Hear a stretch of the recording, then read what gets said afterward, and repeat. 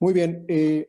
Amigas y amigos, rogarles, por favor, a fin de mejorar la transmisión, que podamos cerrar micrófonos, cerrar audios y cerrar videos, por favor, para tratar de mejorar, insisto, la transmisión. Estamos por dar inicio.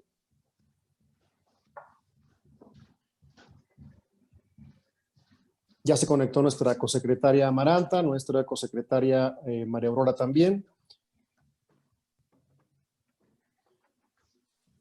Muy bien, son las 12:05, entonces, si les parece bien, cerramos audios, por favor, todas y todos. Si nos ayudas, por favor, Mau, a cerrar audios, igualmente videos, para dar inicio. En un primer momento se daría el uso de la voz a nuestra cosecretaria Amaranta Gómez para que dé un mensaje de bienvenida. Adelante, Amaranta, por favor.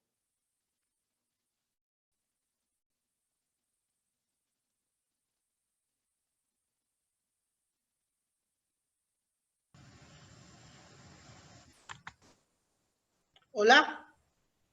Adelante, por favor. Hola, Raimundo.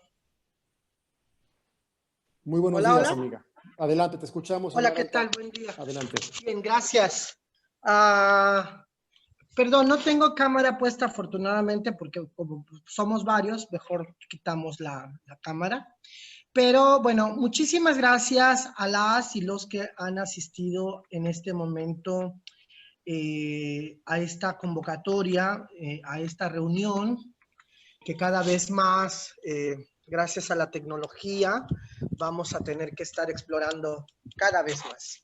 Y frente a la situación que estamos viviendo a nivel global, por supuesto que es súper pertinente. Quiero agradecer enormemente realmente la posibilidad en la agenda de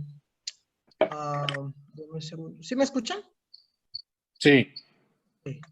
En la agenda de Víctor Madrigal, nuestro experto independiente en Naciones Unidas. Qué guapo te ves, Víctor. Te peinaste hoy, ¿eh? Gracias. Muchas gracias, Víctor, por este tiempo. De verdad que son momentos a veces angustiantes, a veces esperanzadores también, pero finalmente, como decía Esteban Cross, un antropólogo, decía que las crisis podrían ser grandes oportunidades para, si la miramos así, para aprender de ellas y ver cómo las cosas pueden salir de la mejor manera. Así que en este punto te doy la bienvenida a nombre de la coalición. Ya conoces un poquito esta historia. Tuvimos la posibilidad de tenerte también en línea en octubre pasado, cuando nos mandaste ese saludo en nuestra última asamblea. Así que ya eres muy familiar en esta colonia, por lo menos. Entonces, agradecerte enormemente la posibilidad de escucharte. Estamos en un plan como de reorganización, ya no solamente al interior, sino tratando de hablar con diferentes actores a nivel global y a nivel nacional que están tomando decisiones en este momento. Están tomando decisiones para el corto y el mediano y el largo plazo frente a lo que estamos viviendo. Así que muchísimas gracias, Víctor, y bienvenidos a todos los compañeros de la coalición. Te mandamos una breve agenda por ahí. Hay algunas preguntas disparadoras con las que tal vez habíamos puesto algunas personas en hacerte las preguntas, pero tal vez la metodología permita que podamos ir con esas preguntas que te mandamos, y bueno, y te sientas libre también de hacer tus propuestas. Queda en la moderación Raimundo, que es el coordinador de Asuntos Internacionales de la coalición. Yo solamente te doy la bienvenida y agradecerte enormemente. Gracias. Gracias, Amaranta, muchas gracias. En primera instancia, reiterar la bienvenida, el respeto y la gratitud a nuestro invitado, el maestro Víctor Madrigal Borlós. Igualmente saludar a todas nuestras compañeras y compañeros que tienen a bien conectarse. Como comenta nuestra secretaria Amaranta, sin duda es un esfuerzo interesante, importante, un primer esfuerzo de otros tantos que vendrán en las próximas semanas, muy oportuno en la coyuntura que vivimos, y que permitirá fortalecer las capacidades y la profesionalización de la coalición, que hay que decirlo, está integrada por más de 200 OSCs y activistas radicadas en las 32 entidades federativas que componen el Estado mexicano. En primera instancia, quisiera hacer una breve semblanza, breve e injusta, porque la trayectoria del invitado es mucho más amplia, de don Víctor Madrigal Borlós. Víctor Madrigal fue nombrado en 2013 secretario general del Consejo Internacional de Rehabilitación para Víctimas de la Tortura. Ha sido igualmente integrante de la Junta del Centro Internacional de Recursos de Justicia. Se desempeñó como integrante del Subcomité de Naciones Unidas para la Prevención de la Tortura entre 2013 y 2016 y como jefe de litigios y jefe de registro de la Comisión Interamericana de los Derechos Humanos.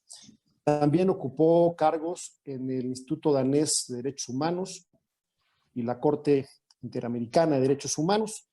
Es signatario de los Principios de Yakarta y a partir de enero de 2018 asumió el cargo de experto independiente de Naciones Unidas en protección contra la violencia y la discriminación basada en la orientación sexual y la identidad de género. Bienvenido, Víctor. Es tu casa, la coalición. Somos tus amigas, tus amigos, tus aliados. Sin más, quisiera ceder el uso de la voz a nuestro invitado para que nos haga una primera reflexión, algunos primeros comentarios, hasta por 15 minutos, sobre el tema que nos ocupa, que son los derechos de las personas LGBTTI+, ante el contexto de la emergencia sanitaria global del COVID-19. Adelante, don Víctor. Muchísimas gracias. Buenas tardes a todas, a todos, a todas. Para mí es un gran placer, un honor y un placer estar con ustedes el día de hoy. Estaba reflexionando cuando me conecté en lo grato, lo bonito que me es estar participando de una reunión en México, porque he participado de muchos seminarios virtuales estos días, se imaginan, y a través de estos medios también se repiten y se reflejan nuestras costumbres y nuestra manera de ser. Hoy estuve en un seminario que sobre todo agrupaba personas del norte global y el seminario, la gente se iba conectando y no hubo un solo sonido hasta que comenzó el moderador a decir, bueno, vamos a comenzar. Y en cambio en cada persona que llegaba saludaba, buenas tardes, buenos días, se daban mensajes entre ellos, se reclamaban que se estaban dividiendo una llamada y eso me alegró mucho porque me hizo sentirme muy cerca de casa. Les agradezco realmente la invitación a este foro. Realmente es un gran placer y un honor. Los tiempos son tiempos difíciles, eso realmente sobra decirlo. Creo que durante las últimas semanas hemos estado frente a una situación que una de mis colegas, relatores especiales de Naciones Unidas, describió como la inequidad en esteroides. Una expresión particularmente apropiada porque creo que lo que ha sucedido es que quienes, como nosotros, hemos estado trabajando en esta materia ya por algunos años, sabíamos que estábamos trabajando en un contexto de grandes retos, marcados por un contexto hostil, un contexto de violencia y discriminación, un contexto de exclusión social de las oportunidades de los sectores educación, vivienda, trabajo, salud, que propelían a las personas de nuestras comunidades, nuestros pueblos, nuestras poblaciones, a ciclos de pobreza, ciclos de desempoderamiento, ciclos de exclusión.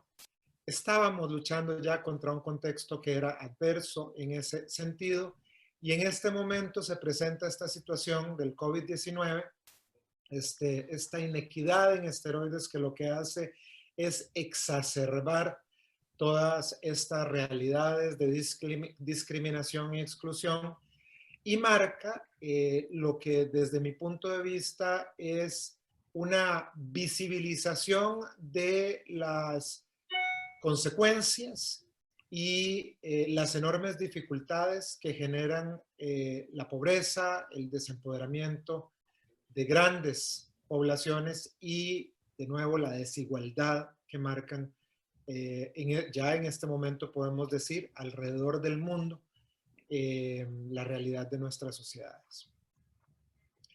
En el mundo de los derechos humanos y en el mundo confluyente de las consideraciones de muchos grupos, muchas poblaciones, hay realmente, creo, una primera etapa de reacción a esta pandemia que es, yo diría probablemente la concentración hacia asegurar la seguridad propia de nuestras familias, de nuestros seres queridos, la reacción frente a una situación realmente inesperada para la mayoría de nuestras comunidades y poblaciones.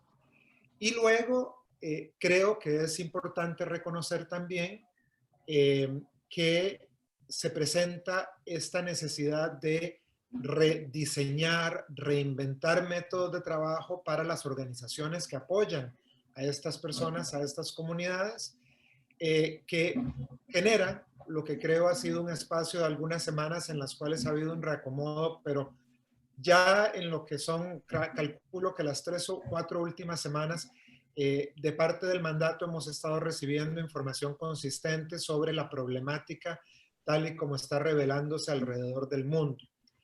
Para quienes tal vez no sean tan familiares al mandato, simplemente una frase en el sentido de que el mandato pues tiene cobertura universal y tiene como propósito traer la visibilización de la problemática de violencia y discriminación contra personas en razón de orientación sexual e identidad de género y proponer asesoría a los estados para todas las medidas que puedan resultar útiles en enfrentar esa violencia y esa discriminación. Y ahí está el enfoque de mi trabajo en este momento. Como se imaginarán, el mandato ha tenido también que reinventar, rediseñar sus métodos de trabajo. Sin embargo, ya en este momento estamos con una actividad vigorosa de contacto alrededor del mundo. Estoy en medio de una serie de consultas de las cuales considero que esta conversación va a ser parte con el propósito de entender cómo es la problemática que están en las experiencias de vida de las personas de nuestras comunidades alrededor del mundo y con el propósito de emitir, identificar buenas prácticas, identificar problemáticas y emitir asesoría a los estados en este momento. Tengo el propósito de emitir esa asesoría alrededor del 15 de mayo con el propósito de coincidir con el Día Mundial contra la Homofobia y la Transfobia, de manera que esta ocasión que nos convoca es realmente muy, muy oportuna y muy importante. ¿Qué es lo que he encontrado? Obviamente, en el seno de mis consideraciones, tengo en cuenta el carácter sin precedentes del COVID-19 y los desafíos y riesgos que se derivan de esta característica realmente única.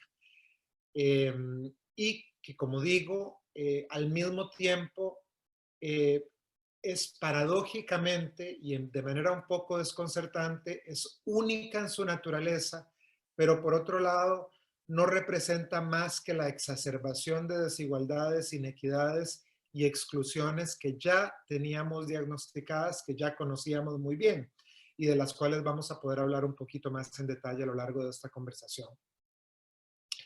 Nos hemos centrado en este momento en prestar atención a las condiciones que guían la adopción de medidas extraordinarias para proteger la salud y el bienestar de la población. Y ahí yo tengo mucho énfasis en, primero que todo, emitir guía con respecto a la preocupación que tengo de la exacerbación de la intolerancia y el discurso de odio y los crímenes y vulnerabilidades de nuestras comunidades y poblaciones, que en este momento estoy recibiendo informes sobre muy preocupantes en diferentes lugares del mundo al respecto. Y por otro lado,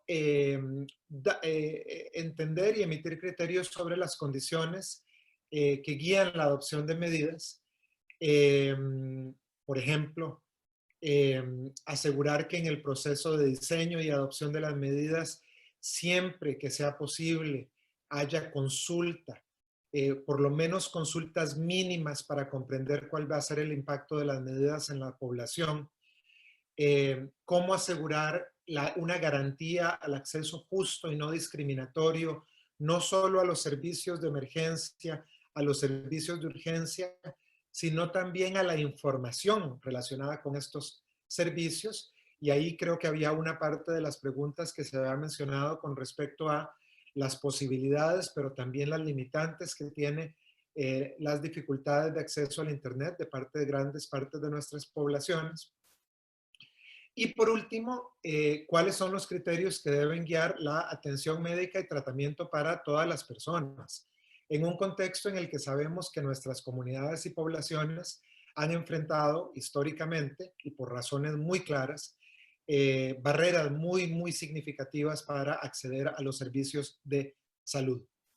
Mis recomendaciones probablemente van a abordar criterios para revisar legalidad y legitimidad de las medidas de emergencia.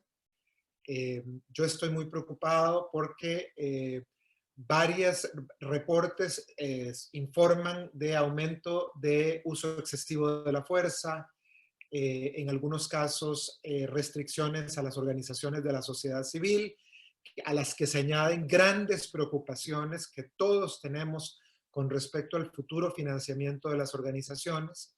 Y luego un aumento realmente muy amplio, un incremento en los reportes de violencia doméstica que me hacen a mí pensar, como teoría de trabajo, que las personas que típicamente han estado residiendo en sus hogares con miembros de las familias que no son tolerantes, en estos momentos se ven enfrentados a tener que permanecer en sus casas con esas personas durante largos periodos, y esto aparentemente exacerba las posibilidades de violencia en estos entornos familiares. Al hablar de familia y al hablar de abrigo, al hablar de habitación, nos lleva a ciertas reflexiones sobre las amplias poblaciones en nuestras comunidades que viven en situación de calle y las preguntas que surgen con respecto a el carácter ya de por sí elitista, podríamos decir, de las medidas yo me quedo en casa, el mantra yo me quedo en casa, cuando amplias partes de la población están en situación de calle, y cómo manejar y prever las situaciones de estas personas, así como la situación de las personas que escuchan la necesidad de mantener un distanciamiento físico en situaciones de vida en las cuales están en viviendas precarias, en hacinamiento de viviendas, y por supuesto creo que es importante mencionar la situación de los centros de privación de libertad en nuestra Latinoamérica. Sabemos que este es un problema endémico, lo conocemos muy bien,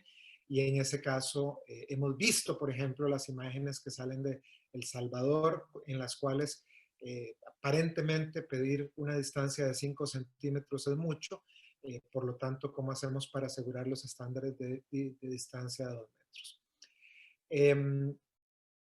Hay otras medidas que me están preocupando mucho. Por ejemplo, creo que ha habido una tendencia a recibir reportes de abuso en la implementación de las medidas de emergencia, la excusa de la emergencia para propósitos que son distintos a la protección de la salud. En Hungría, por ejemplo, ya emití un comunicado de prensa hace 2 días, mi preocupación sobre una ley que da poderes extraordinarios al gobierno, y en la cual se ha insertado lo que a mi opinión son obstáculos al reconocimiento legal de la identidad de género, en una situación de pandemia en la cual, si algo tenemos evidencia, es la importancia absoluta de asegurar el reconocimiento de la identidad de género para proveer mecanismos formales de acceso a los recursos de emergencia y urgencia. Este gobierno está utilizando esta situación para retrotraer esas garantías. Y aprovecho, bueno, para comentarles también que tengo mucha preocupación sobre otro tipo de controles que se han utilizado. Emití también un comunicado de prensa relacionado a una situación en Kampala, en Uganda, en la cual se interviene un refugio, un hostal de personas en situación de calle, destinado a personas LGBT, bajo la excusa de implementación de medidas relacionadas con COVID-19, pero en realidad bajo circunstancias que en mi opinión me hacen sospechar que la medida está utilizada de manera discriminatoria a utilizar como excusa la pandemia para el ataque a la población. Leyendo junta la información que yo he recibido hasta este momento, mis teorías de trabajo incluyen que las medidas de emergencia tienen que ser guiadas por este objetivo de salvaguardar vida, con atención especial a las nociones de dignidad humana y de la integridad personal. Y es importante que recordemos que si no guía la dignidad humana y la integridad personal las medidas de urgencia, desde mi punto de vista, pierden estas su propósito útil. Los titulares de garantía realmente tenemos que recordar que existen directrices prácticas para ilustrar este marco legal. La privación de la vida, el derecho a la vida no está sujeto a derogación alguna nunca, bajo ninguna circunstancia. Tampoco lo está la prohibición absoluta de la tortura y de los mecanismos judiciales que aseguran la protección de estas garantías.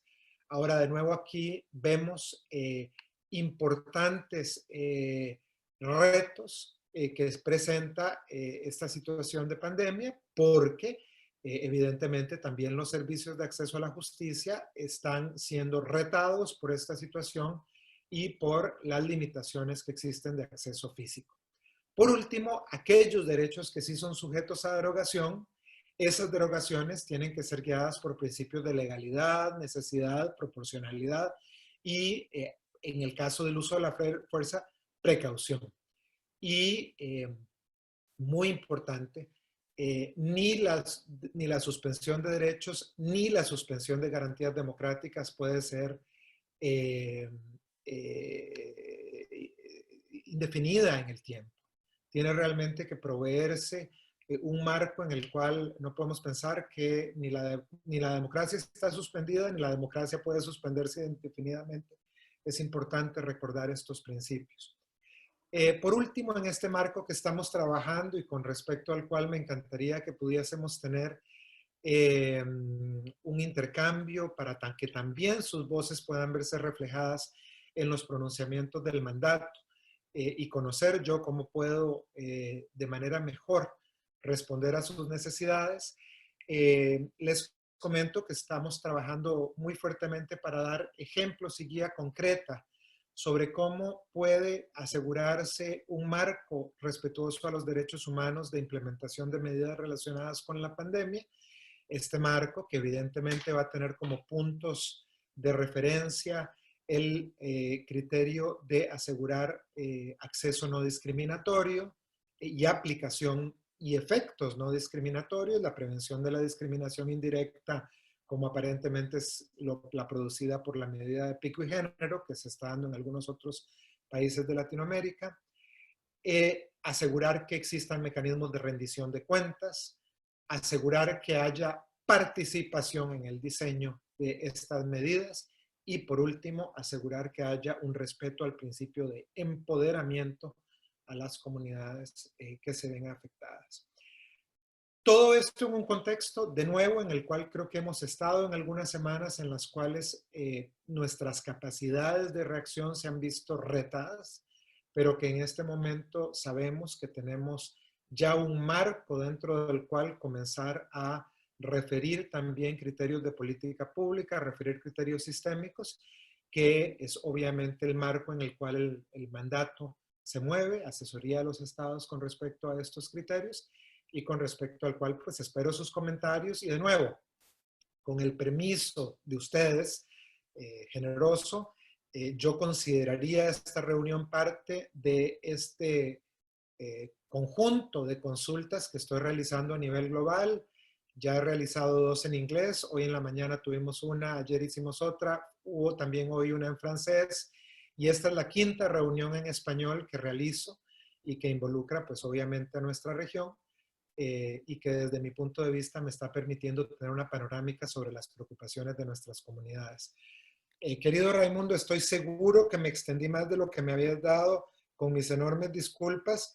pero es una de las pequeñísimas ventajas que tiene el alejamiento físico, es que uno puede no estar necesariamente compelido a restringirse al tiempo, con mis disculpas. ¿Ah? Ok.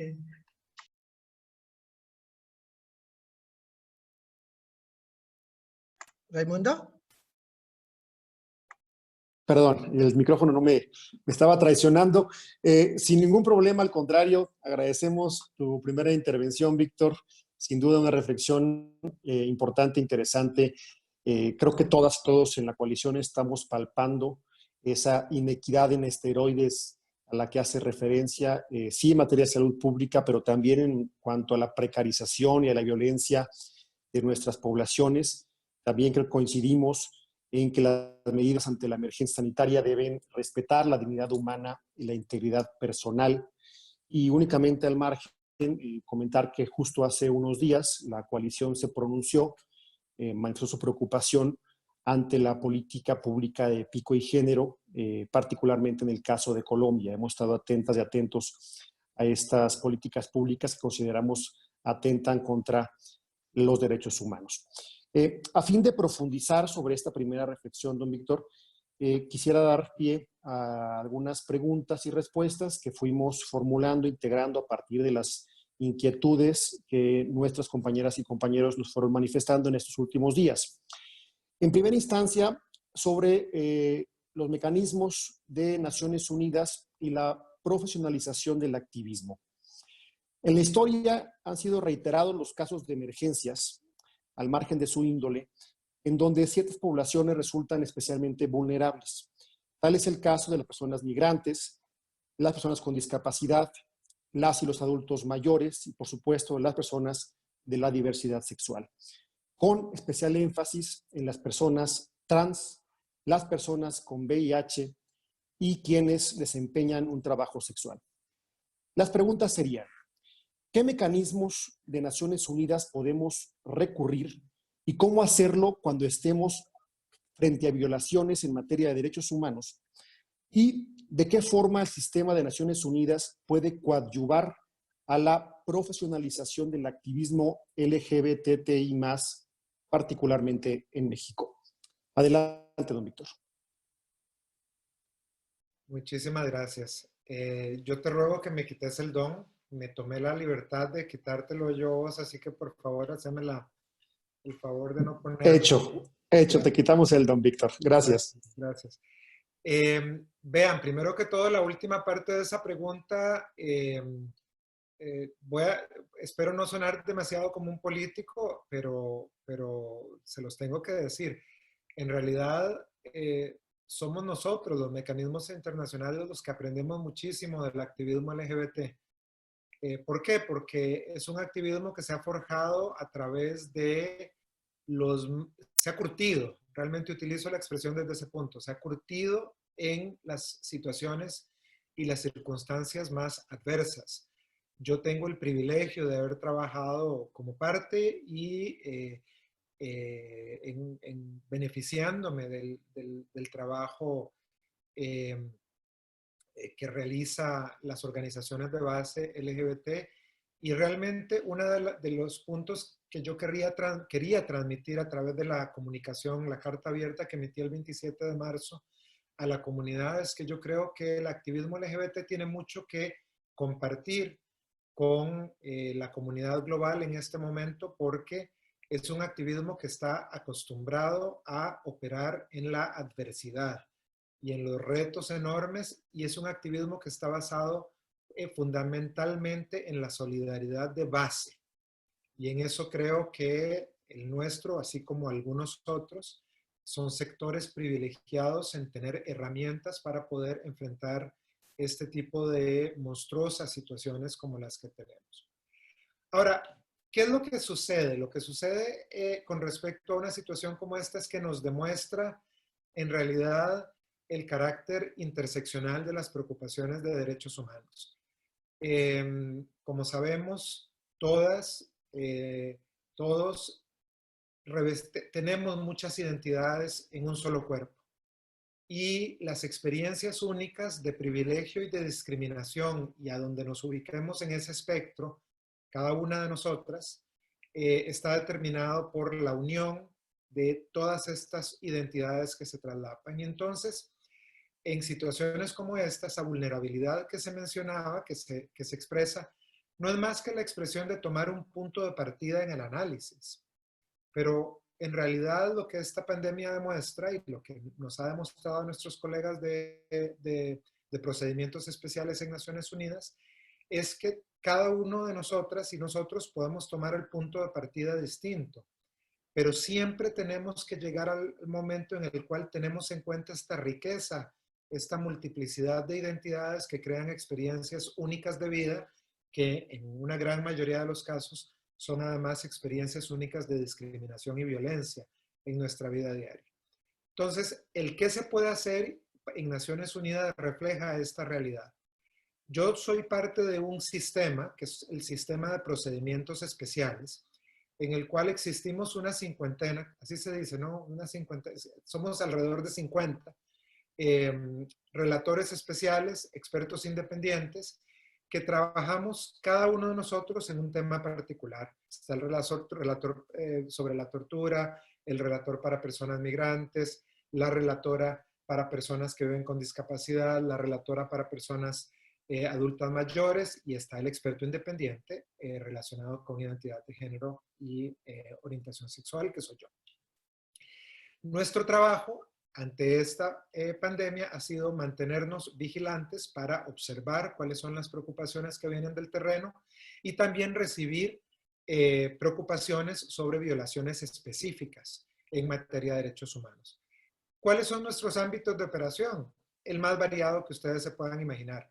Nosotros tenemos la facultad de asesorar estados al nivel de política pública, de medidas generales que hayan sido adoptadas, y podemos en las situaciones más concretas también hacer interlocución con los estados. Así es que yo he tenido ante mi mandato denuncias relacionadas con esta legislación en Hungría. Es un proyecto de ley que está siendo conocido por el Parlamento húngaro, y también he tenido este caso en Uganda, que es un caso específico de una redada en un hostal destinado a personas LGBT, un refugio. No es un hostal, sino un albergue relacionado a personas LGBT o destinado a personas LGBT. Entonces, recibir esa información es extraordinariamente importante. Para mí, la manera ideal de recibir esta información es cuando las organizaciones que la emiten comprenden la naturaleza y alcance y también las limitaciones de aquello que el mandato puede hacer y lo ubican dentro de sus propias estrategias. Entonces, a cada una de ustedes, a cada uno de ustedes, lo que yo le invito es que tengamos conversaciones con el propósito de yo poder comunicarles de la manera más eficiente posible cuáles son los alcances y los límites de lo que yo puedo hacer, del tipo de herramientas que yo emito, y que ustedes decidan dentro de sus propias estrategias los momentos en los cuales una actuación en este ámbito puede resultar útil. Mi actuación, y con esto termino, es siempre complementaria a la de mis colegas, relatores y relatoras especiales. Y cuando yo recibo una comunicación, así como ellas y ellos, identificamos cuáles otros relatores especiales pueden estar involucrados. Y así en el contexto, por ejemplo, de la legislación en Hungría, fue una interlocución que se estableció con el Estado entre 6 relatores especiales y el Estado. Y un pronunciamiento general que se emitió con respecto a acceso a la salud sin discriminación, lo emitimos entre 60 relatores especiales. Y con eso, generalmente los pronunciamientos pues, pueden adquirir un peso mayor, más contundente, de manera que se ayuda a estos aspectos. Muy bien, gracias, Víctor. Yo me quedo con tu referencia a la solidaridad, a la sororidad dentro de los colectivos, dentro de las OSCs, y creo que todos tomarte la palabra a fin de mantener esta interlocución contigo y con tus pares en Naciones Unidas. Enseguida me le daré el uso de la voz a nuestra compañera Amaranta Gómez a fin de que te plantee la segunda pregunta que tiene que ver con la conectividad en el contexto de la emergencia del COVID-19. Adelante, Amaranta, por favor. Víctor, querido, ya lo mencionaste hace un momento y justo lo que dice Raimundo es el tema de la conectividad. En México, el 48% de la población no tiene acceso a Internet. Sin embargo, en estos momentos críticos y en el marco de esto que llamamos acceso o accesibilidad, mucha gente queda fuera. En este sentido, por ejemplo, los que estamos aquí somos privilegiados de alguna manera por tener esta maquinita que está aquí, en términos prácticos, pues, ¿no? Claro. De cómo acceder a información, de cómo acceder a información oportuna y que además que en México hay un discurso del gobierno mexicano donde que nadie quede fuera, se supone. Pero la brecha está ahí. En un contexto como tal, te digo un ejemplo básicamente lo que hicimos con la conferencia sobre VIH-Sida que iba a ocurrir en julio en Estados Unidos. Con esta situación nosotros tenemos más o menos $50,000 para llevar gente. Pero ahí, cuando se cancela esto, tuvimos que hablar con las diferentes organizaciones que nos estaban dando el dinero y en lugar, como ya no vamos a pagar hospedaje, ni alimentación, ni vuelos, por ejemplo, que más o menos nos salía entre 10 y $12,000 por persona, la pregunta es que le solicitamos a las financiadoras para ver cómo eficientamos a distancia la conectividad. Es decir, nos autorizaron, por lo menos en términos prácticos, comprar computadoras para las personas en su localidad, pagar un buen servicio de internet para que puedan conectarse, porque la conferencia sobre VIH va a ocurrir en línea, en virtual. Cómo sostenerse 8 horas, 6 horas, cómo exponer sin que se te caiga el internet en casa y este tipo de cosas. Pensando en ese sentido, ¿cuál sería como un planteamiento general para una visión más amplia que tiene que ver con el tema de acceso y a la conectividad, corazón? Amaranta, mira, yo creo que ese es un punto fundamental. En la reunión que tuve antes de esta, fue una reunión que me sorprendió mucho porque justamente el tema de la conectividad fue muy mencionado y era una reunión en francés, entonces había muchos participantes que se conectaron de África francófona que nunca habían tenido acceso al mandato y estaban hablando justamente ellos cómo les parecía que había habido una democratización del acceso, porque claro, antes tenías que viajar, tenías que obtener visa, tenías que hacer esto, y en cambio aquí pues cada uno de nosotras tiene el mismo pequeño cuadrito de la pantalla y entonces eso en sí democratiza, claro, pero democratiza únicamente en esa proporción que tiene acceso a la pantalla. A mí me parece que parte de lo que vamos a comenzar a ver es una mecánica de reacción inmediata, reacción a mediano plazo y reacción a largo plazo. Evidentemente, en la reacción inmediata, yo lo que espero es que comience a haber una posibilidad de innovar con respecto a medidas de asegurar mayor cobertura, mayor conectividad de personas que si bien tienen acceso a su equipo informático, pudiera liberarse de alguna manera el acceso a ciertos medios informáticos. Yo no he leído en ninguna parte de mis colegas.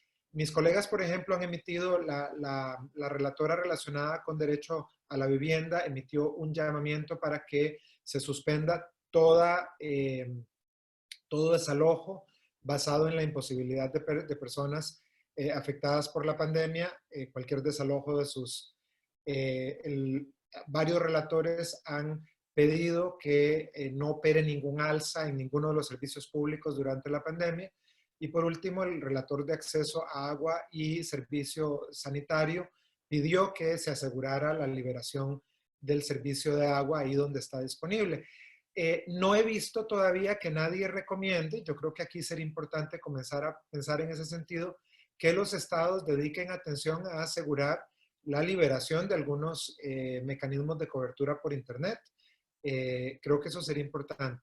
Por otra parte, al mediano y largo plazo, yo creo que es importante comenzar a reconocer el valor absolutamente esencial de la conectividad como un bien común, un bien público, y tener la conversación necesaria para entender exactamente cuáles serían las consecuencias de esto. Lo que la pandemia revela en este momento es que ha habido una concentración absolutamente clara en en el Internet como un mecanismo de difusión de la información de asistencia de emergencia, y eso por lo tanto revela la absoluta necesidad de que si se utiliza ese medio, exista la respuesta correlativa, que es asegurar el acceso irrestricto al medio. Todo esto, te confieso, Amaranta, que es algo que no he pensado en mucho detalle. Su pregunta me lo motiva y me gustaría mucho incluir algunas reflexiones a ese respecto, porque además sabemos que así como otras, pero nuestras comunidades son muy dadas a ejercer, digamos, utilizar los teléfonos celulares, Las aplicaciones y todo eso. las aplicaciones. Y ahí, pues bueno, quería tocar con otro punto, que es, claro, recordemos también los riesgos que están involucrados, ¿verdad? Entonces, ha habido, yo no sé si han escuchado, en Marruecos, por ejemplo, estamos en medio de una gran preocupación porque no sabemos si en conexión con fobias relacionadas, conectadas con la pandemia, pero hay una gran campaña que se está haciendo a través de las aplicaciones de contacto entre hombres gay para promover que la gente denuncie a los homosexuales, que haga perfiles falsos y que identifique quiénes están participando en esas redes y haga outing de estas personas. Lo mismo sabemos que en Egipto las aplicaciones son utilizadas para perseguir a la gente. Entonces, tiene esa beta problemática, pero creo, por supuesto, que el punto es importantísimo y que tenemos que ir a eso.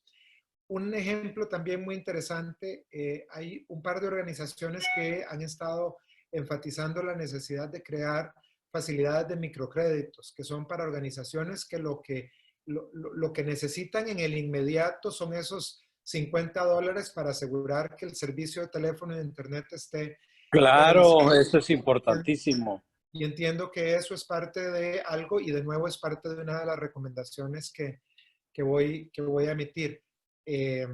Estamos hablando, por supuesto, de lo inmediato, del hoy, pero entendamos que nuestro movimiento es un movimiento que opera en situaciones de gran precariedad, y sé que ahí vamos a tener consideraciones muy importantes que hacer. Muchas gracias, Víctor. Sí, un tema que merece reflexión. Pensar en que vaya evolucionando hacia un derecho, ¿no? El tema de la conectividad, evidentemente con sus aristas, como bien lo mencionas. Ya hace un momento hablabas sobre la importancia de las interseccionalidades. Es justamente parte de la pregunta siguiente que formulará nuestro compañero Mauricio Ayala, que es coordinador del área de comunicación de la coalición. Tiene que ver justamente sobre poblaciones trans, interseccionalidades y una reingeniería en la movilización de fondos. El tema de los recursos es un tema que a muchas y a muchos nos preocupa, especialmente en esta emergencia que está obligando quizá a que muchos de esos fondos se reorienten hacia otras premisas. Entonces, Mauricio, te cedo el uso de la voz, por favor. Adelante, Mau. Gracias, Raimundo. Buena tarde, Gracias. Buen día, Víctor. Pues sí, justo sobre la línea de las poblaciones trans, esto que ya se hablaba de las interseccionalidades, una reingeniería de la movilización de los recursos de las personas LGBT. En lo particular creemos o pensamos que en las poblaciones trans en el mundo, que enfrentan desafíos en las oportunidades, enfrentan desafíos y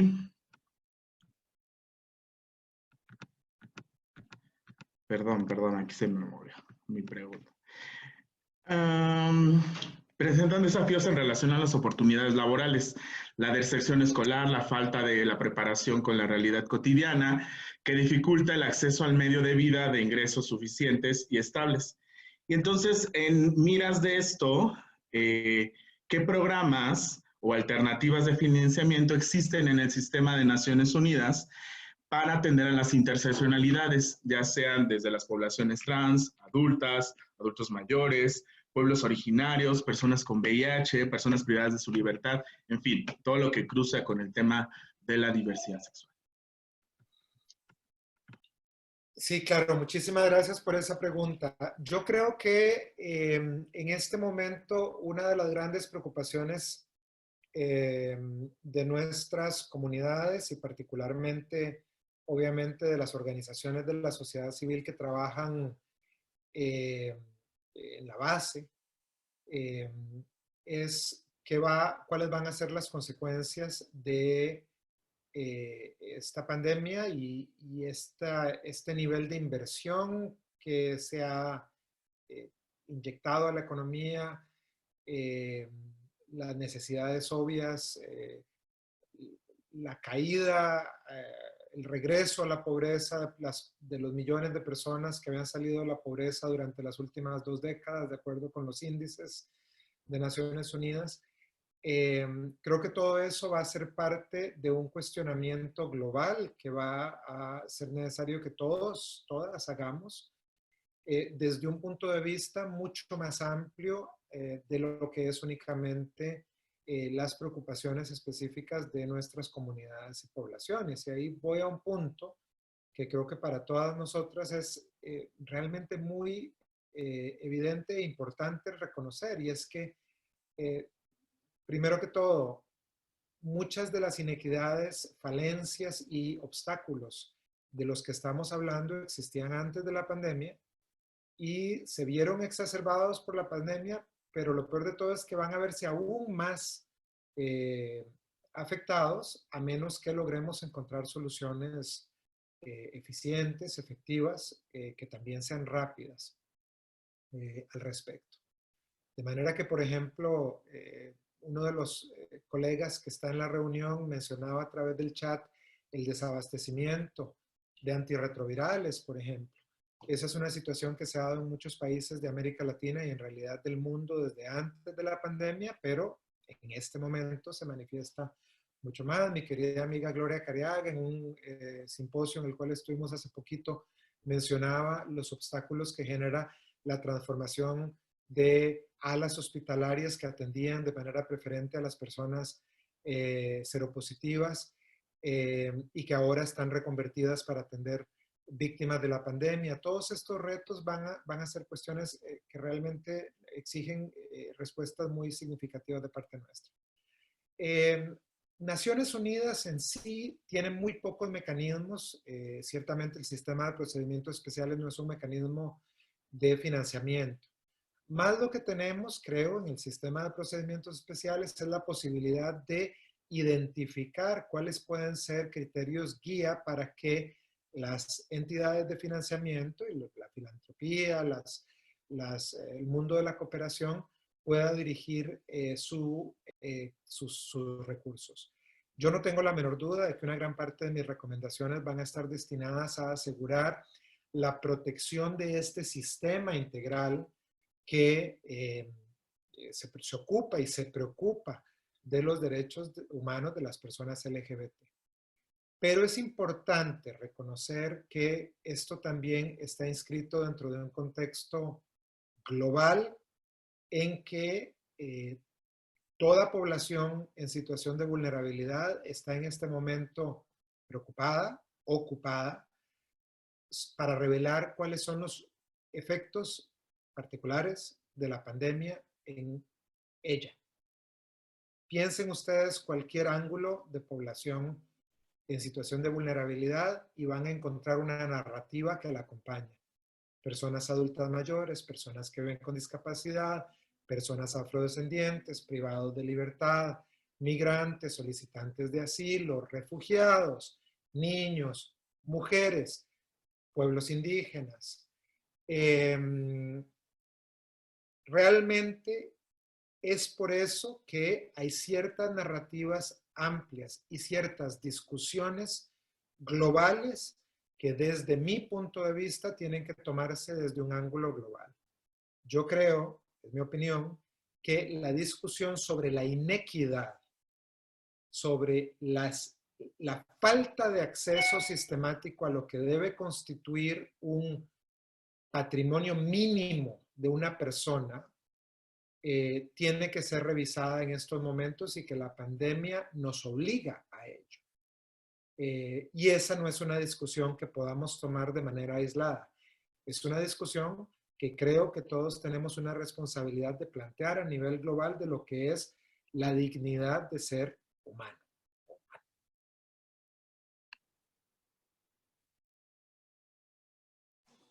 Muchas gracias, Víctor. Sin duda, importante tu reflexión. Vamos a continuar con las preguntas. Hay algunas preguntas que también están enviando nuestras compañeras y compañeros a través del chat que tenemos en vivo. Si te parece, pudiéramos dar salida a una de esas preguntas y continuar posteriormente con la otra que teníamos ya preagendada. Pedirle a todos su comprensión. El tiempo que tenemos es acotado, sin embargo, trataremos de dar salida a sus inquietudes. Tenemos por Raimundo, aquí... una sugerencia. Sí. Leyendo lo del tema de VIH, que tiene que ver con política pública y demás, creo que tiene pertinencia la última pregunta y lo englobamos ahí, si te parece. Sí, me parece bien. Mira, aquí tenemos de hecho varias preguntas con relación al tema VIH, que si me permites pudiera darle lectura. El compañero Antonio Medina nos comenta: en México tenemos un problema con el desabasto de medicamentos a personas que viven con VIH desde 2019.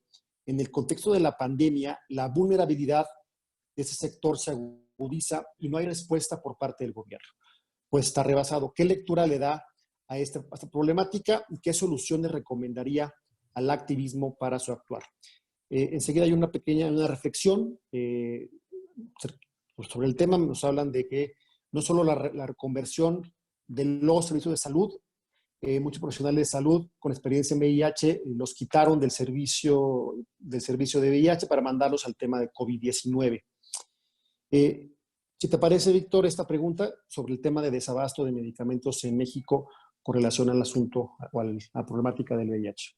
Y lo conecto con lo que planteaba anteriormente. Desde mi punto de vista, el desabasto es una problemática que está relacionada con deberes de diligencia y particularmente cuando se relaciona con un derecho, si se quiere, biológicamente fundamental, ¿no?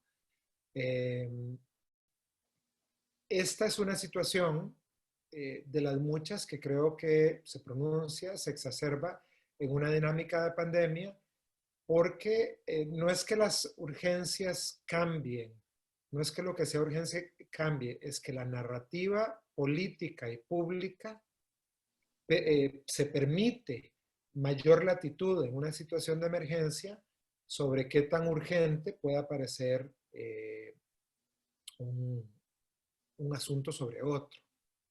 Entonces, para mí el asunto del desabasto, que como mencionaba, creo que se da desafortunadamente en varios países del mundo, es generalmente, se trata a través de una estrategia integral que involucra la concientización de los actores estatales relacionados con la lista de abastecimiento, acciones judiciales. En muchos casos he visto acción judicial relacionada con los procedimientos de abastecimiento que examinan la diligencia con que el Estado está promoviendo esos procesos, y en muchos casos, pues México en particular es la cuna del amparo. He visto tutelado a través de amparos estas necesidades. Pero repito, lo que me parece esencial es distinguir entre la corrección jurídica. Todos sabemos que tenemos ciertos derechos, todos sabemos que tenemos acceso a ello, y luego las dificultades planteadas por una realidad pragmático-política de pandemia en la cual por un tiempo, y creo que ese tiempo ya pasó, probablemente los sistemas políticos hayan visto las presiones sobre ellos aliviadas, porque en una situación de emergencia todos sentimos o bien una responsabilidad o bien una realidad de dar mayor latitud para que pueda reaccionarse frente a la situación de emergencia. Pero no recuerdo quién decía que las crisis no pueden ser infinitas, porque en ese caso ya no son crisis, que las crisis tienen que ser finitas, y creo que es parte de lo que estamos viendo en este momento. Muchas gracias, Víctor. Sí, sin duda la crisis, toda crisis es finita, pero está generando un impacto, ¿no? Importante, particularmente en nuestras comunidades. Enseguida, cederé el uso de la voz a nuestro amigo Rodrigo Quintero, a fin de que te formule una quinta pregunta ya en este caso, sobre el impacto de la emergencia en los gobiernos de la región latinoamericana. Adelante, Rodrigo, por favor. Gracias, Raimundo. Buenas tardes a todos y muchas gracias también al maestro Víctor por la explicación que nos acaba de dar. Voy a retomar un concepto que mencionaste sobre retrotraer las garantías. En ese sentido, hablabas de los casos específicos de Uganda, Hungría y también El Salvador. Mi pregunta versa precisamente en sentido en que podemos ver también estos comportamientos en estados como Bolivia y Chile, donde se van a postergar elecciones, en el otro caso un referéndum, México. Uruguay acaba de mandar al Parlamento un compendio de leyes también en base a la emergencia. En fin, podemos ver estos casos repetidos. ¿Cuál sería el papel de las organizaciones de la sociedad civil y de las Naciones Unidas en este contexto determinado en América Latina? Gracias. Para mí el papel en ese caso particular, el papel de las organizaciones de la sociedad, voy a pensar bien esa respuesta. Desde mi punto de vista, obviamente, las organizaciones de la sociedad civil siempre van a tratar su estrategia. Entonces, si voy a ser justo con la manera en que responda a eso, te voy a decir que el papel de las organizaciones de la sociedad civil siempre será el que ellas decidan, porque esa es mi experiencia. Habiendo dicho eso, les contribuyo mi opinión ya de una manera menos política, y es, creo que hay una labor muy importante de monitorear que los estados y los gobiernos en particular que están gestionando esos procesos no se salgan del marco de legalidad, del marco establecido para lo que es permisible en una situación de emergencia. Hablaba yo de los criterios que guían estas situaciones. Uno de esos criterios es la necesidad, la razonabilidad y por supuesto la proporcionalidad. Entonces, las preguntas que uno tendría que hacerse es hasta qué punto es posible para el Estado, que es quien tiene esa carga, demostrar que hay una relación clara, demostrable, objetivamente demostrable, entre la situación generada por la pandemia y las medidas que se plantea hacer. Yo no creo que sea posible a priori descartar que en un caso particular, si las condiciones no están dadas, pudiera ser necesario postergar un proceso electoral. Yo no lo puedo descartar a priori, pero no creo que pueda simplemente darse carta blanca a que un Estado diga automáticamente situación de emergencia, postergación del proceso electoral. Creo que tiene que haber realmente una situación objetivamente demostrable. Y ahí entra el rol de Naciones Unidas. Naciones Unidas, en mi caso, mi mandato, en muchos mandatos y por supuesto órganos de tratados y también la Comisión Interamericana de Derechos Humanos, etcétera, tenemos el rol de monitorear y recibir alegaciones sobre esas medidas y en el caso en que no las encontremos acorde con esos estándares, entonces pues tomar posición al respecto. Esto es un asunto, ¿no? Y ahí no hay limitación. Por supuesto, de nuevo, si me hablan a mí de la postergación de todo un referendo, como es lo que se planteaba como ejemplo, bueno, yo no lo considero solo una temática LGBT o una temática SOGI, lo considero una temática general, así que capaz que será pues todo el sistema el que se pronuncie. Pero si estamos hablando de una legislación que particularmente afecte o vaya a impactar de manera desproporcionada con base en orientación sexual e identidad de género, pues seré yo quien tome el liderazgo de emitir un pronunciamiento al respecto. Eso con respecto a este punto. Y por eso es que yo creo que es muy importante que todos comprendamos que la manera en que el mundo está estructurado nos ha ofrecido hasta este momento la lógica de sistema. Y en ese sistema, toda organización que trabaja, aunque sea fuera de las capitales, en el rincón más perdido, o en las capitales, o en los centros regionales, o a nivel global, toda organización juega un papel.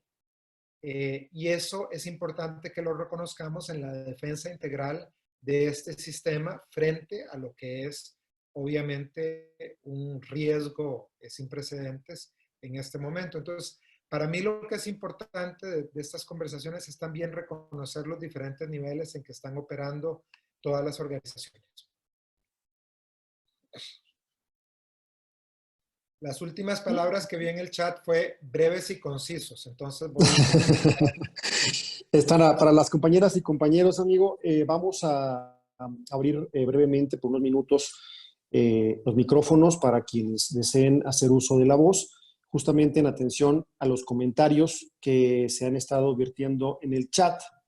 Primero, en orden de prelación, me gustaría hacerle uso de la voz a nuestro compañero Walter de Querétaro, que tiene por ahí algún planteamiento. Enseguida el compañero Antonio Medina. Adelante, Walter, por favor.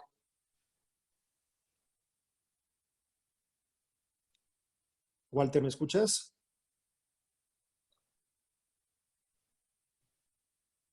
Bueno, parece que Walter no nos escucha. Antonio, adelante, por favor. Si querés, perdóname, Raimundo, si querés, sí, puedo hacer referencia a la pregunta de Walter, que era muy puntual. Adelante, por favor. Se refería al 17 de mayo, la inclusión de esa fecha en el calendario de Naciones Unidas. Yo no tengo información al respecto, era algo que siempre he pensado que estaba ahí. Walter menciona en el chat que aparentemente no estaría en el calendario de Naciones Unidas. No tengo información al respecto, pero lo voy a transmitir y desde mi despacho van a responderles vía Amaranta, si les parece bien, que tenemos el correo para que pueda transmitirles la respuesta. O Walter, si querés mandarme por el chat tu correo electrónico, te damos respuesta directamente. Te agradezco mucho, Víctor. Enseguida le cedo el uso de la voz a nuestro compañero Antonio Medina. Toño, adelante. Únicamente pedirte que seamos breves y concisos, como lo comentaba en el chat. Adelante, Toño. Claro, nada más que no tengo video. Adelante. No lo que importa es video. lo que digas. No tengo video. No te preocupes, manita. No te preocupes. Ah, ok. Adelante, solamente precisar. Pregunta, las acciones que hace sociedad civil organizada, que son muy de territorio, algunas, particularmente con trabajo sexual, por ejemplo, con las compañeras que ejercen el trabajo sexual, y lo que está sucediendo en el tema de VIH, ¿qué posibilidad hay de una asesoría para que las denuncias que están haciendo las ONGs trasciendan no nada más al tema pues mediático o de las redes sociales, sino que se pueda generar una acción vinculante? Porque lo que me da la impresión es de que cuando se observan estas violaciones de derechos humanos, pues se queda nada más en la protesta y en la cosa, en las redes, pero no se hace una acción legal. En el tema de VIH se han hecho algunos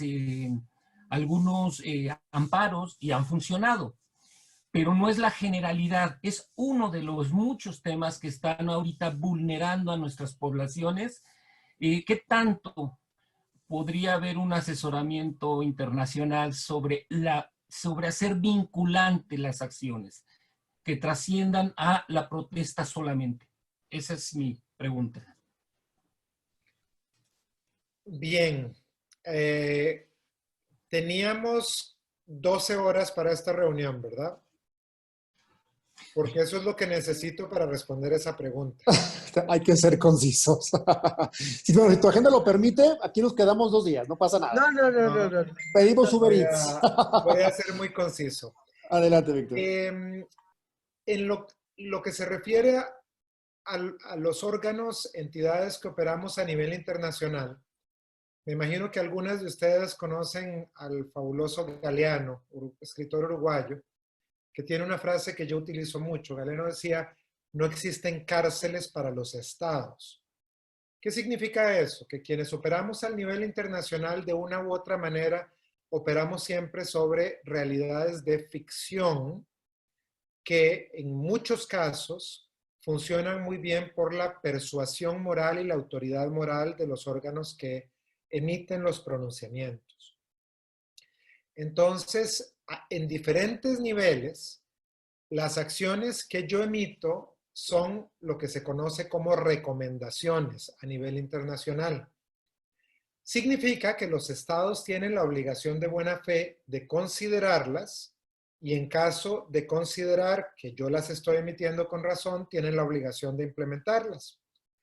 Hay otros órganos que también tienen facultades de recomendación, que son como la Comisión Interamericana de Derechos Humanos, que por la naturaleza de su estatuto se considera que también tienen esa naturaleza que se refiere a la obligación de buena fe de considerarlas e implementarlas. Y luego existen órganos como la Corte Interamericana, que en su propio estatuto establece la obligatoriedad.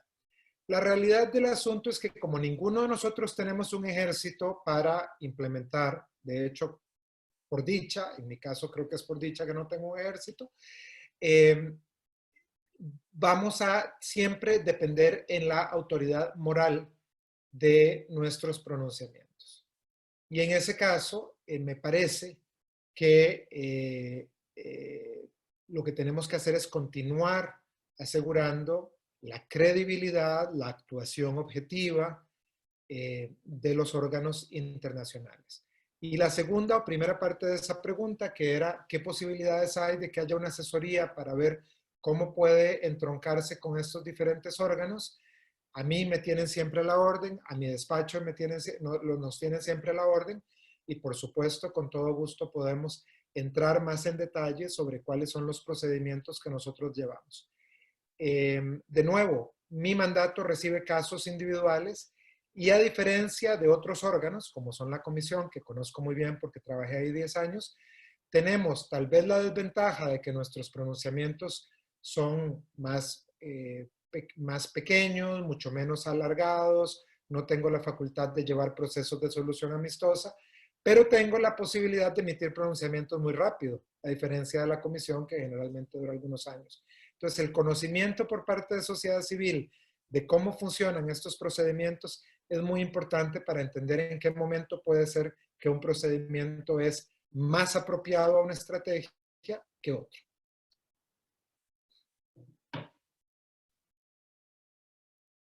Muchas gracias, Víctor. Enseguida cedemos el uso de la voz a nuestra compañera Jazz. Adelante, Jazz. También igualmente pedirte que seas breve, por favor.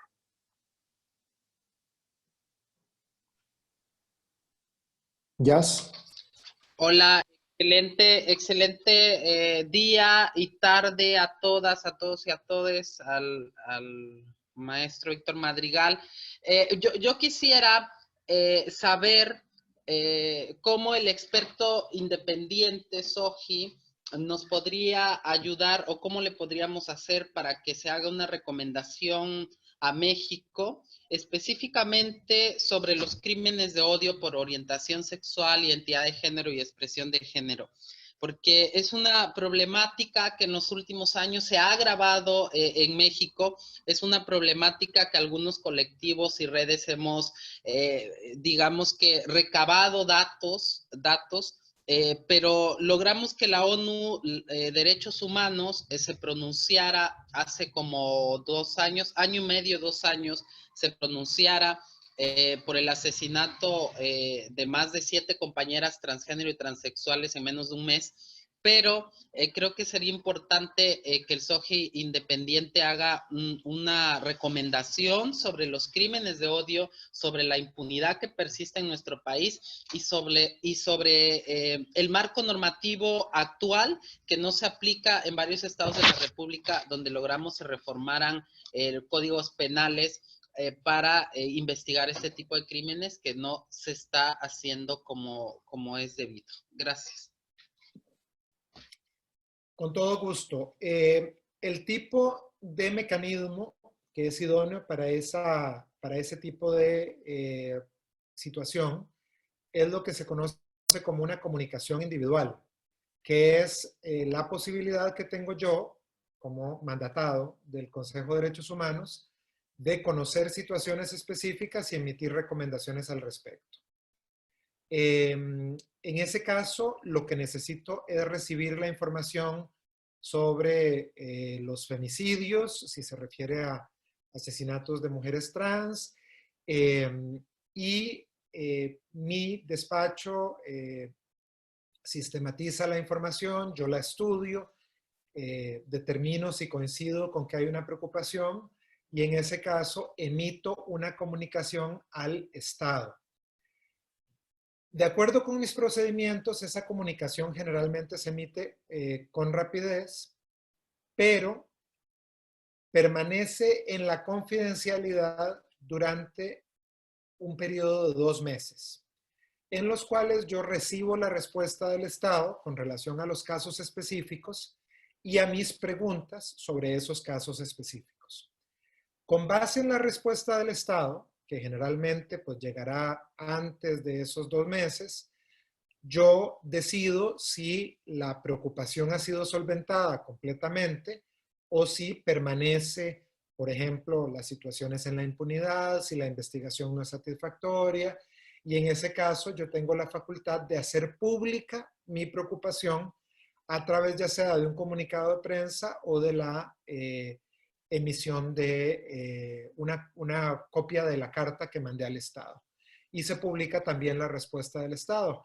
Y eso puede ser utilizado como parte de los elementos. Por supuesto, tienen que darse estos requisitos, que es la presentación de la información a mi despacho, la coincidencia por parte mía que la situación efectivamente reviste la característica de ser preocupante en materia de derechos humanos y las obligaciones internacionales del Estado, y esta interlocución inicial que hay con el Estado que permite un periodo, obliga a un periodo de 60 días de confidencialidad, pero después de eso está este pronunciamiento que es generalmente lo que puede utilizar la sociedad civil y los litigantes y las víctimas mismas como un pronunciamiento por parte del experto independiente.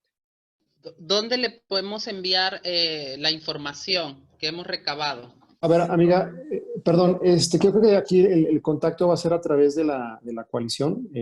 Podemos entablar una comunicación directa con Víctor. Yo lo comento para no generar aquí un diálogo. Nos queda muy poquito tiempo, nos quedan 10 minutos y tenemos a muchas compañeras y compañeros que están solicitando el uso de la voz, cosa que por supuesto celebro. Enseguida le cedí el uso de la voz, por favor, a nuestro compañero Jaime. Jaime, adelante, por favor.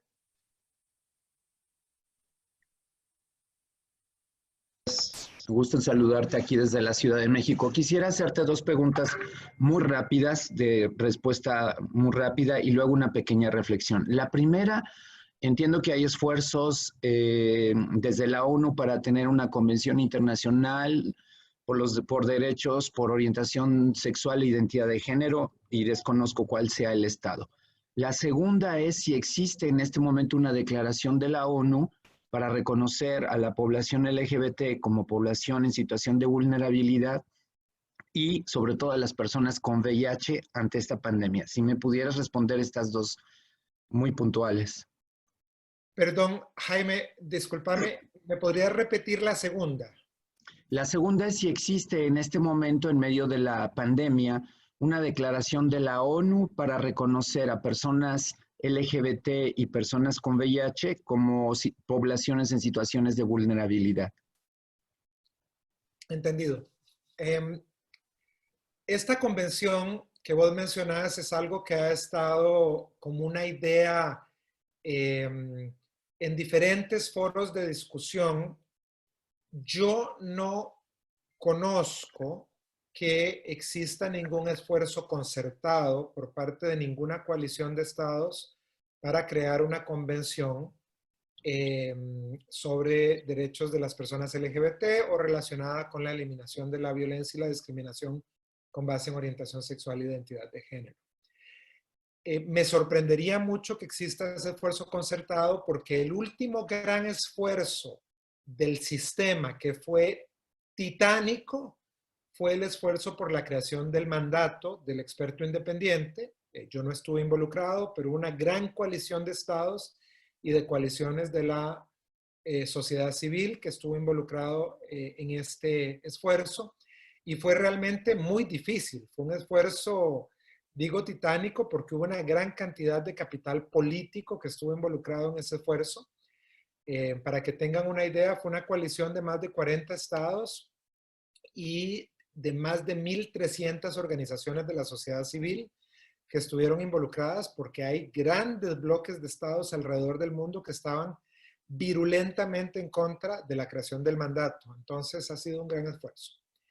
Y segundo, con respecto a esta declaración que vos mencionabas, yo no creo que eso exista, pero no son pocas las fuentes son muchas las fuentes que tenés para asegurar que desde el punto de vista de Naciones Unidas, las personas LGBT son reconocidas como comunidades, poblaciones y pueblos en situación de vulnerabilidad.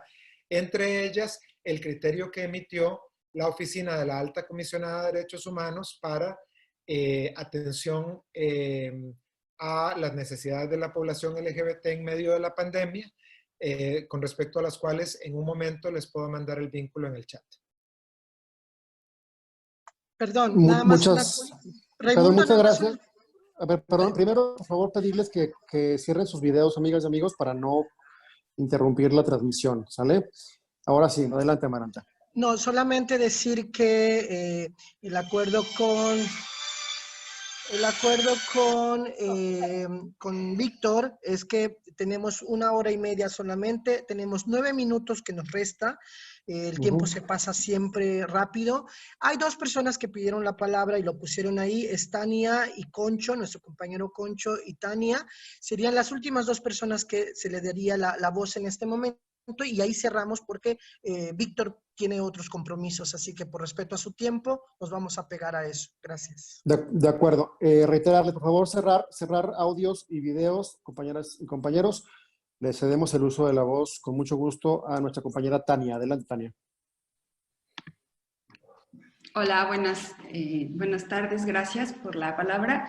Quería preguntar, ¿es posible que se emita una recomendación a un gobierno estatal por mantener un dictamen de una reforma para reconocimiento de la identidad de género de niñas, niños y adolescentes que se mantiene sin votación durante, pues, llevamos 6 meses sin ninguna razón?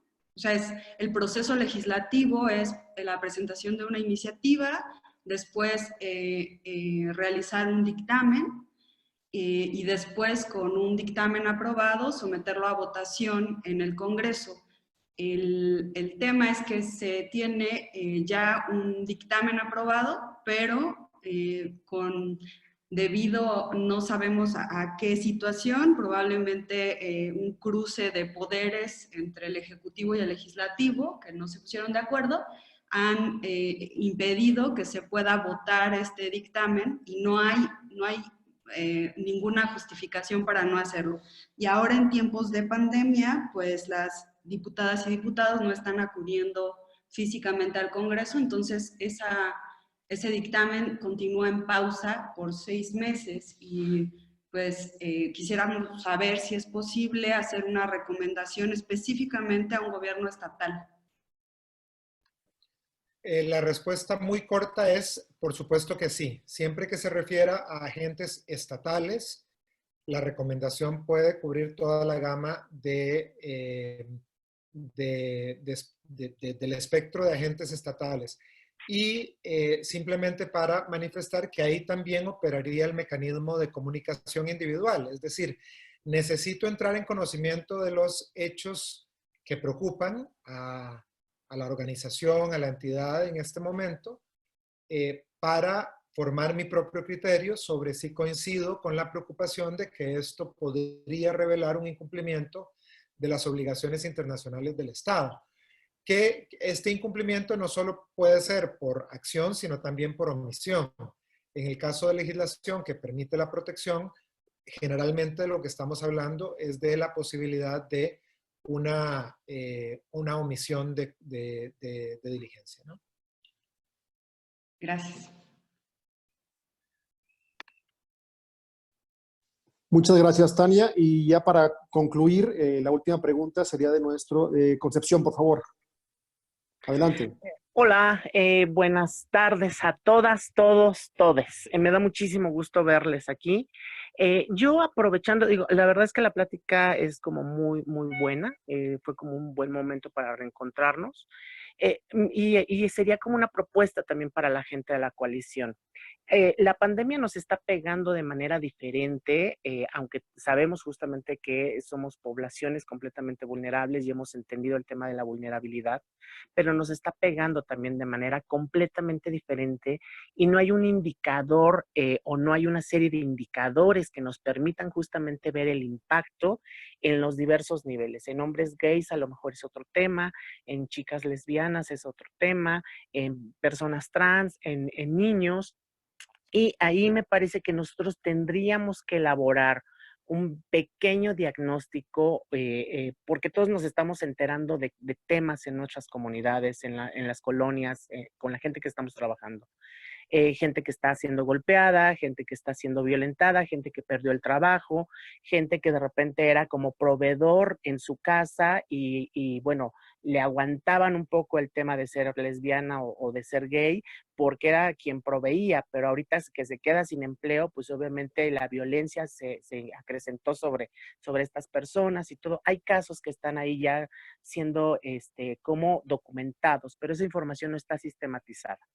La propuesta es muy concreta. Creo que tendríamos que lanzar un breve estudio a partir de nosotros y pasarlo justamente aquí con Víctor para que lo difundamos. Y eso nos permitiría a nosotros tomar como mejores acciones y plantear un mecanismo más contundente en caso de que vuelva a presentarse una situación así, para saber qué medidas tomar, ¿no? Es una propuesta, digo, lo he venido peloteando con algunas personas, tanto de la coalición como fuera de la coalición, y bueno, hemos estado hablando de algunas cosas ahí, podrían salir cosas muy interesantes a partir de nuestro trabajo y de la experiencia que tenemos, ¿no? Entonces, pues ahí es una propuesta y bueno, pues habría que ver si les interesa el que la tomemos y yo quiero agradecer muchísimo que nos hayamos dado la oportunidad de escucharnos el día de hoy. Muy buenas tardes a todas y a todos y pues cuídense mucho. Muchas gracias, Concepción. Bueno, Víctor, el tiempo se nos agota. Desafortunadamente tienes agenda posterior y no podemos quedarnos, como bien señalabas tú, 12 horas para seguir reflexionando. Únicamente agradecerle a todas y a todos por su acompañamiento, por supuesto a Víctor por su generosidad. Y te estoy dando la voz, amigo, para dar una última reflexión, un minuto, que es lo que nos queda, quizá en términos de las lecciones que nos deja el COVID-19 como activistas y como luchadores y luchadoras sociales. Adelante, Víctor. Muchísimas gracias. Reitero el agradecimiento por esta invitación que me representa realmente una gran felicidad poder verles y a través de verles saber que están bien. Eso es muy importante estos días. Las lecciones, yo creo que para mí la principal en este momento que tengo esta perspectiva es que hay una llamada de atención a la humanidad con respecto a la inequidad en la cual nos hemos acostumbrado a vivir durante las últimas décadas y que en este momento nos llama a profunda reflexión y de la cual estamos viendo todas las consecuencias en este momento y es de lo que estábamos discutiendo.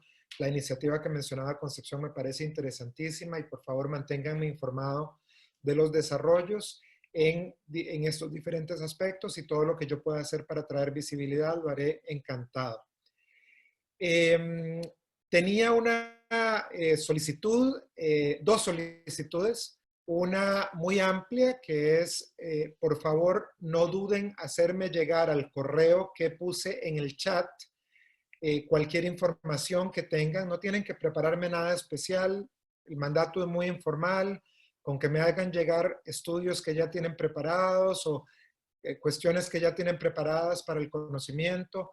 Es muy útil y yo haré lo posible por asegurarme que estas voces se vean reflejadas en mi pronunciamiento en esta materia relacionada con COVID-19. Luego también les puse la página web del mandato, ahí están todos los contactos y hay una explicación de todos los mecanismos de funcionamiento. Ahí mismo se puede escoger la página en español y creo que hay una serie de materiales que también están en español. Yo siempre estoy a la disposición. Me precio de un único criterio, que es que el mandato se tiene que mantener en una situación de ser ridículamente asequible. Es decir, espero realmente mantener siempre un estándar en el cual sea profundamente fácil acceder al mandato. Les pido por favor que aprovechemos las vías de comunicación. Y un último favor en los 20 segundos que me quedan, que es que me encantaría si algunas de ustedes tienen a bien poner sus cámaras durante los últimos 20 segundos de la reunión para que tomáramos una foto de familia y poder darle difusión a esta reunión. Me encantaría que podamos hacerlo. Creo que naturalmente el sistema pone las personas que están en cámara al... Peínense, comadres, peínense, qué bárbaras. Pero yo no voy a salir, mi cámara no funciona. Muchas gracias, muchas gracias. Bueno, perdonen que no les haya dado anticipada noticia. Ahí vi que algunos estaban acicalando rápidamente. Rodolfo no tuvo problemas. Ahí. Falta la mía que me desactive. Tan solo saber, evidentemente, que quienes estén entonces en proyección, espero que no tendrían ningún problema en que haga yo difusión del pantallazo. No, para nada, al contrario. Al contrario, gracias. No se muevan, por favor, no se A ver, muevan. ya estamos todas y todos. María, por favor, ríete. Diego. Ay, qué barbaridad. Parece que le debieras a Cope a Electra, mija. Parece que ya estamos todas y todos. Muy bien. Fiel a la tradición, fue tan caótico como cuando se toma una foto en un grupo presencial. Sí. Una nueva por acá. A ver, Raimundo, ¿te puedes poner en la cámara porque tú tienes una bandera mexicana atrás? Ahí está. Lo cual creo que ahí está. Esa está buena. Está Víctor, María, Diego, Javier, Lajas Bustamante, Miguel, Tiago, Betsuán, Istepec. Ay, Betsua, comadre. Tania, hola, Tiago, comadre. Ulises, Jaime López Vela, Concho, el doctor Javier Cabral, por fin lo veo, Alfonso Hernán, Ari, Señor Medina, Roberto Cedillo, Mario, Miguel. ¡Ay, cuánta gente! ¡Qué bien, qué bien, qué bien! Víctor, pues no te quitamos más tiempo, corazón. De verdad. Estoy agradecido, les mando un gran abrazo. Muchísimas gracias, ha sido un maravilloso. Un placer escucharte y gracias por tu conocimiento. Gracias, chao, chao. Todas.